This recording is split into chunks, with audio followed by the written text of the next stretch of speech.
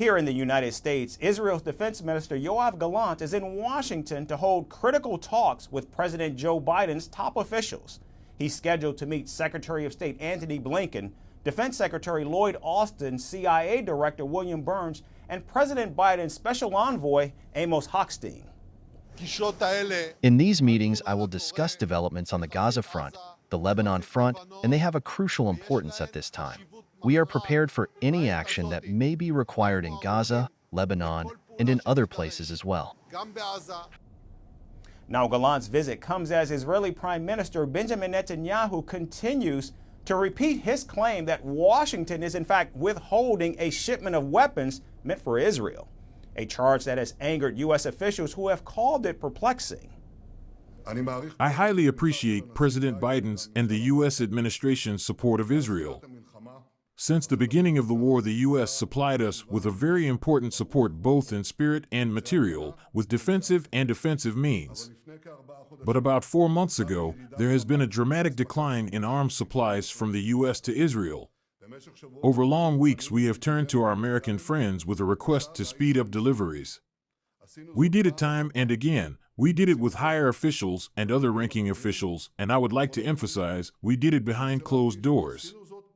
We got various explanations, but one thing we did not get. The basic state of affairs did not change.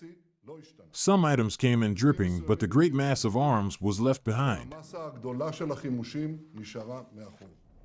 Now, Gallant says that during his meeting with U.S. officials, he will discuss the transition to the next phase of Israel's operations in Gaza.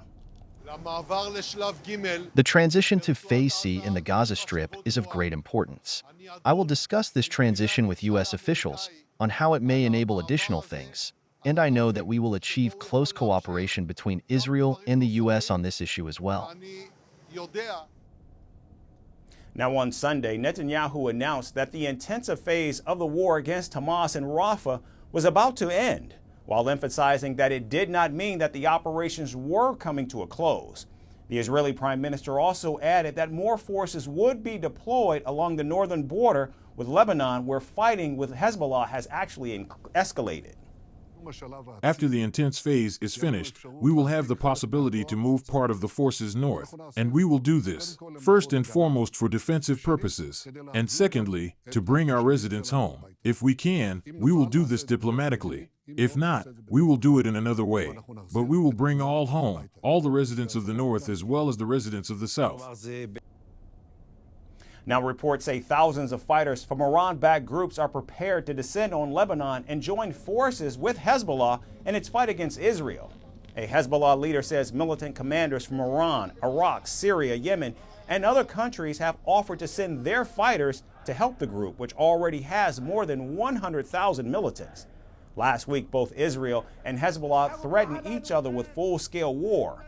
Meanwhile, the United States and the European Union have warned of the possibility of the war in Gaza expanding, with the prospect of Israel's offensive inside Lebanon to eliminate Hezbollah. The risk of this war affecting the south of Lebanon and spilling over, it's also every day bigger. We are strongly concerned.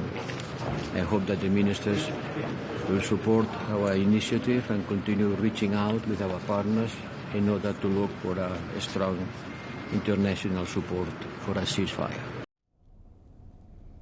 Now, with the risk of an all-out war between Israel and Hezbollah, a deepening crisis in Gaza, and the accusations by Netanyahu, the stakes are only getting higher for President Biden as he navigates this labyrinth of geopolitical minefields largely set by America's most stalwart ally in the Middle East.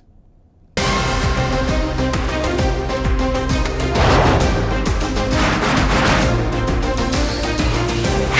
the today, the T20 World Cup bandwagon has moved across to the West Indies. What can you expect from this? Hello, I'm Alison Green, coming to you from Durban, South Africa. Today we have a special show.